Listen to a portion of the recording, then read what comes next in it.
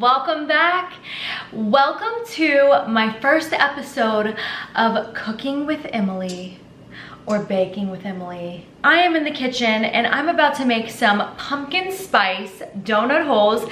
And I know for all my basic girls out there, which I know there are a lot of you out there, which I'm one of them, that is so excited about fall and you love to drink, eat, and just be in the moment in fall. Like you just want to experience and want to be a part of all of it. You know what I mean? Like clothes, food, scent, just everything. Like we all just love fall. Like fall's all of our favorite season for the most part, I'm pretty sure. Most of our favorite season. So I love baking, you guys know. On Instagram, I tell you guys, on YouTube, like I just love to bake. I love food and I love to make things healthy, like as healthy as I can with giving, like with not sacrificing the flavor. Like I want everything to be flavorful and delicious, but trying to be more nutrient dense. So I have been following a lot of the recipes in the book, Eating Purely, which if you guys have ever had the granola, like Purely Elizabeth granola, it's grain free, it's delicious, but it's like nutrient dense. Let me show you guys. I'm in my pajamas, so please excuse me. So here's the chocolate peanut butter granola that she has. She's known for her granola. That's like her trademark, like that's her thing. But as you guys know, I shop on Thrive Market. Okay, sorry, my pantry is like making a little appearance over here. Excuse you. So I got her book free when I was shopping on Thrive Market, and normally I don't even follow like cookbooks that much. I'm just kind of like, they sit aside. But this one, I have been exploring it. I've been trying a lot of the recipes and I love every single recipe that I try. So all of them are just using real ingredients, nutrient dense, and they're healthy. Like it's like a healthy version of a lot of different things. I've made the key lime pie, the raw key lime pie that she has in here. I've made the peanut butter cup cookies. I'm pretty sure I've made more. Banana bread. It's the best banana bread I've ever made in my life. So these recipes have been amazing. And when I saw this pumpkin spice donut hole recipe, I knew, excuse you, I knew that I had to try it because it is fall and these donut holes look amazing. And it's a little bit more of an extensive recipe. Like there's a lot of ingredients, but her like instructions are always really simple. So I'm really, really excited to try this out. I have all of the ingredients laid out right here. As you can see, it's quite a bit of ingredients. But look at these donut holes. I know the glare and the lighting is not all perfect, but look at these donut holes. They look freaking amazing. Like Dunkin' Donut, what? Like, no, we don't need that. We can make our own and it's gonna be amazing. I really hope it's not very hard. I'm about to put my hair back. It's about to get real, y'all, in the kitchen. Yeah, so I try to bake as healthy as I can because like when I indulge, I try to make sure that it's healthy and that I feel like it's worth it whenever I'm indulging. So I don't really buy like white flour. I don't really buy a lot of like refined sugar, stuff like that. Sometimes I'll buy that for the winter. Anyways, I feel like I'm talking a lot and I'm really, really sorry. Cheers. But I've had some requests for baking videos, so I thought I would just bring you guys along because I'm baking this for my bar guests. I'm also going to New Orleans this weekend, so I thought I'd bring this for a road trip I'm about to go on as well. So for some of my friends that are basic as well, like me, and some of you maybe.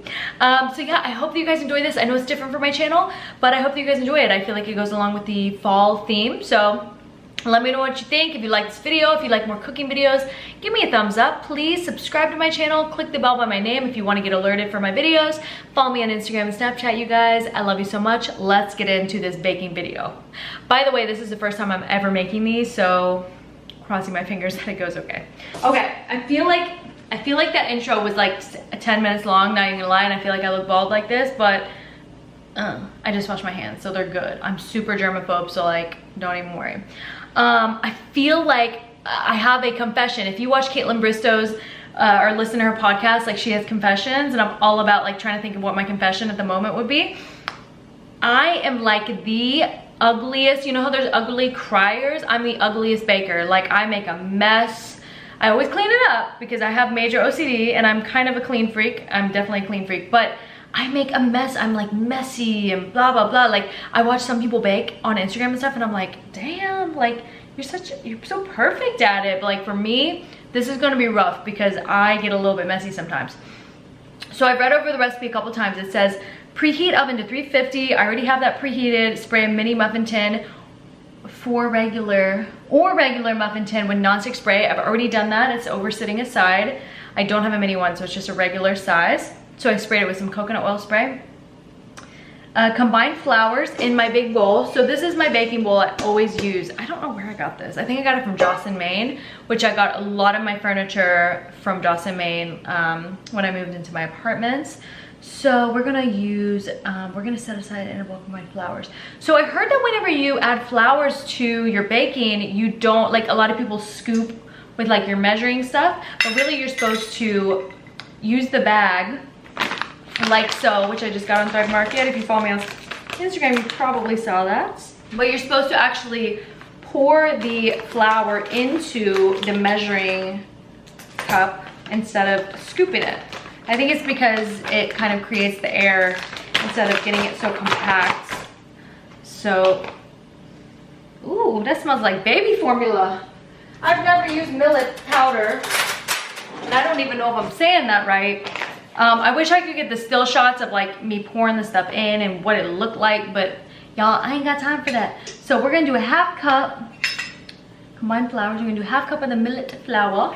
It's organic and gluten-free. And this is where I'm like, oh, it ain't gonna be so pretty, y'all. Because I'm supposed to do the fork trick and, oh. Y'all, I'm telling you, like I bake and stuff, but like it ain't always looking pretty. Ooh, see? See, that's about right. Let me just tell you one thing. I'm more of a cook than a baker, that's for sure, because I experiment, I throw flavors together, I like to try different things. But when it comes to baking, it's such a science. You can't really do as much of the experimenting because it's gotta be more of a science. Don't you hate it when you get the Ziploc and it's not snapping? It doesn't make that sound like it's, never mind. Okay, so you combine the flour. So we got the millet flour. When I get excited, I start doing accents, just so you know. We need a half cup of the brown rice flour. I've already used this for another recipe. Now this recipe compared to her others, this one's a little bit much. Like I said, like some of her recipes are like 4 or 5 ingredients, you know what I mean? This one is more than that. Half a cup of brown rice flour. But honestly, everything I've tried is so good.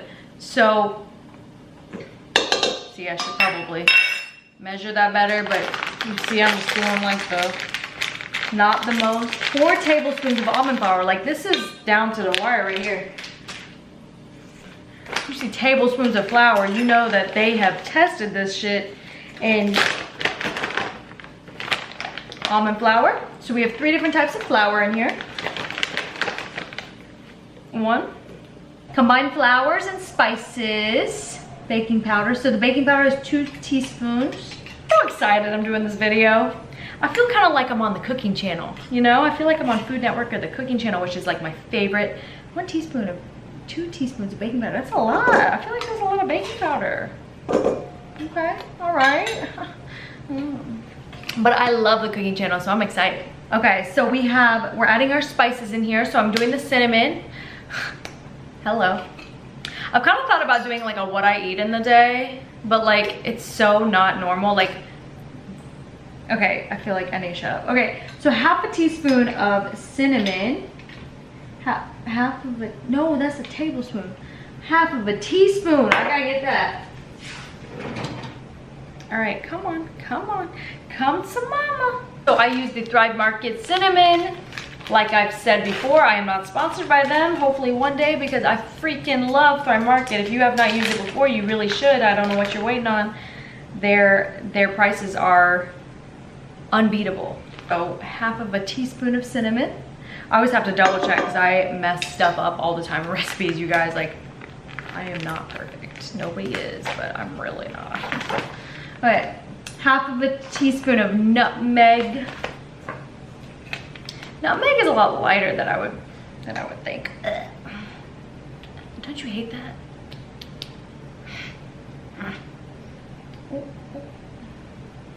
This is not correct, but like we're just eyeballing some stuff. Nutmeg, half of a teaspoon of allspice. I love these like pouches because you can just lay them up on each other. I was looking for a spice rack the other day because I really wanted to organize my spices because they're accumulating. I am accumulating a palette. But I like these little packets because they're all flat and you can just squeeze them up on each other. Allspice this is dark. I like that. It's very rich. 1/8 of a teaspoon of ground cloves. Now, I don't have an 1/8 of a teaspoon. I do have a 1/4 of a teaspoon, and it's broken. So we're gonna do half of that. Because if I'm not mistaken, half of a 1/4 is an 1/8. So we're gonna try not to add too much or too little. That's gonna work. Might be a little spicy.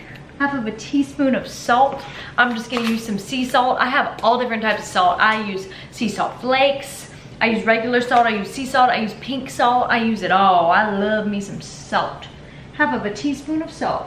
Y'all, it's that time of the night, like 2 in the morning, where I'm a little crazy. I'm not gonna lie. Half of a teaspoon is a little bit heaping. I like salt. We're gonna do half of a cup of coconut sugar. So, 1/4 of a cup. So instead of doing half of a cup of just coconut sugar, I have vanilla coconut sugar, and I also have brown coconut sugar. So I'm gonna do, instead of a half of a cup, I'm gonna do a 1/4 of a cup of each, just to get a little bit of balanced flavor. I think brown sugar is just great in all baking recipes, really. They're both amazing. So I'm gonna do a 1/4 of each. I'm just like that, you know, with makeup, with everything. I wanna do a little bit of each. I found this brand at Sprouts that I really like, called the Big Tree Farms coconut sugar, and I really, really like it. So a few of these ingredients I'm keeping out because I need it for later in the recipe. So now I need to add the coconut oil. So it's 1/8 of a cup of coconut oil. I don't know if it needs to be melted. It doesn't specify. I think we can do, I think chia eggs are like one of the most interesting things. Like, it just forms this like gelatin, like, whoa, sorry. Gelatinous thing. It looks kind of like something you see on Stranger Things. So it doesn't say melted coconut oil, so I'm just gonna go ahead and just scoop it. Yes! So I'm really, oh, why, what? I think that my video is about to be over. Vanilla extract. I don't know why my video cut out. So anyways, I just added the chia egg. And I'm about to add the vanilla extract, which is going to be 1 teaspoon. I love vanilla. I always do like a heaping tablespoon because I feel like vanilla is just amazing. 1 cup of pumpkin puree. Hey, I love it when something is canned and it has the little tab on it. Then I don't have to get my can opener out. Looks like baby food. Smells like it. Side note, I'm pretty sure that I want to, well, I definitely want to make a healthier version of the Starbucks pumpkin spice cold brew. My friend Sam was telling me about how she just saw them making it and it just looks so unhealthy. And there's like a lot of sugar in it. So I think I'm gonna try to come up with a healthier version, just using my electric mixer to mix all of this together.